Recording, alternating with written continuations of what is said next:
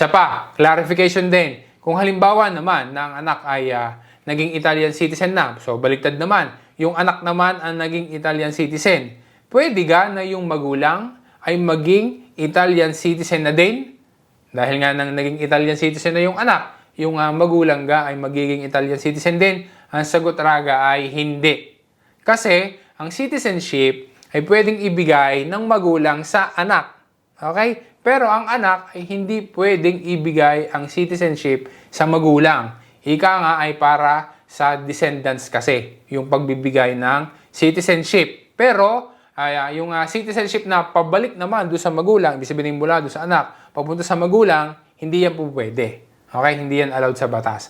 Ang pwede lang gawin noong anak na naging Italian citizen ay di ikari ko yung magulang kung gusto. Okay? Para magkaroon ng Carta di Soggiorno per Familiare di Cittadino UE. Pero yung anak na iyan na naging Italian citizen, para magawa niya yan at mabigyan niya ng Carta di Soggiorno per Familiare di Cittadino UE, yung kanyang mga magulang o magulang, kailangan din, requirement din, na yung anak na yan ay mayroong sapat na redito. Are, importante din na info. Sana yung maging malino rin are dahil medyo na alam mo rin are. Okay?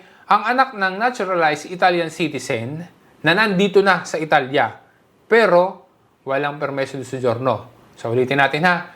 Naturalized Italian ka, okay, Italiano ka na, tapos ikaw ay mayroong anak na nandito na sa Italia. Halimbawa ay wala siyang permeso di soggiorno, ay pwede niyang ikariko. Okay? Yung magulang na naging Italian, ikakariko niya yung anak niya na nandito na sa Italia na walang permeso di soggiorno. Magkakaroon yon ng soggiorno, yung anak na yon. Okay? Ang tinatawag na soggiorno dyan ay yung tipo na Carta di Soggiorno per Familiare di Cittadino UE. Pero dapat ay, take note ha, kasi mayroong edad na dapat na i-take note natin. Dapat ay under 21 years old pa yung anak na iyon. At ang magulang na magkakariko ay dapat na mayroong sapat na redito. Kapag ka naman ang anak ng naging naturalized Italian ay 21 years old naman, pataas, pwede din na mabigyan ng Carta di Soggiorno per Familiare di Cittadino UE. Pero dapat nasa kanya nakatira yung anak na iyon at dependent niya. Ibig sabihin, walang sapat na redito yung anak na iyon.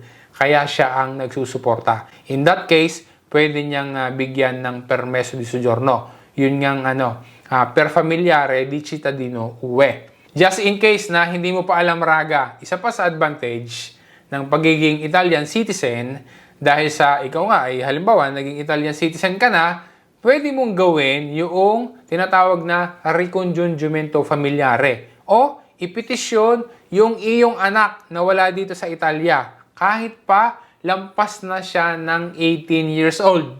Okay? Pero dapat naman ay wala pang 21 years old.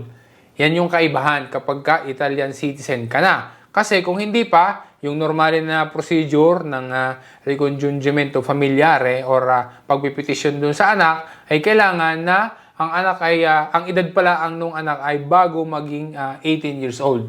Hindi ka ganun ng legge. Pero pagka ikaw ay Italian citizen, kahit na lampas sa doon, basta wala pang 21 yung anak, ay pwede pa siyang ipetisyon. Yun ang kaibahan. Sabi nga ay mayroong kalagdagan na taon o edad noong anak pa ang pwedeng ipetisyon kapag Italian citizen ka na.